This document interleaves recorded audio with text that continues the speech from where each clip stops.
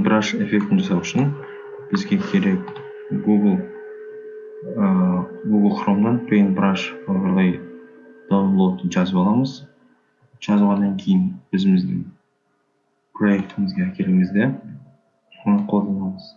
Мысалы менде мынандай Overlay бар. Overlay дегеніміз осындай әдемі эффектіміз. Скрин настройкасын қоямыз. Бізде осындай видео пайда болады. Көріп тұрсаңыздар өте әдемі переходтар бар, және де оны жекелеп қолдансақ болады. Бірінші видеомызға режим наложения скрин экран осылай болады. Екіншісінде multiply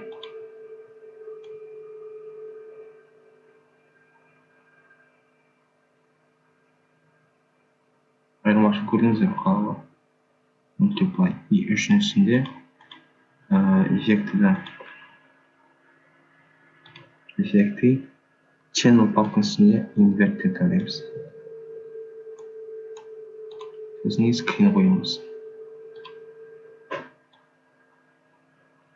Көріп тұрғанда осындай әдемі эффект.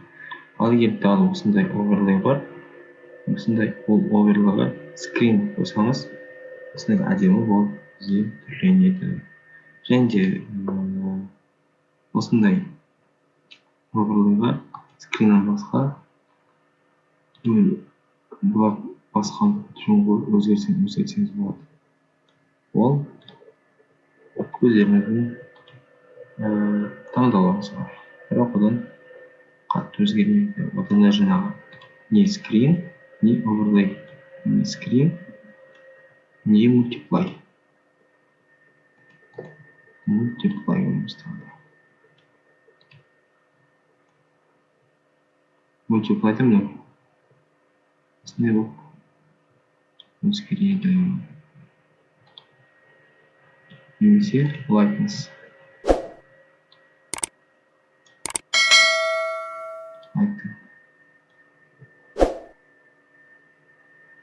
Burada қатты өзгермейді. Жаңағы скринді қалғандарымыз. Көріңіздер, таныңыздар. Алғашқы контентті қолдайық.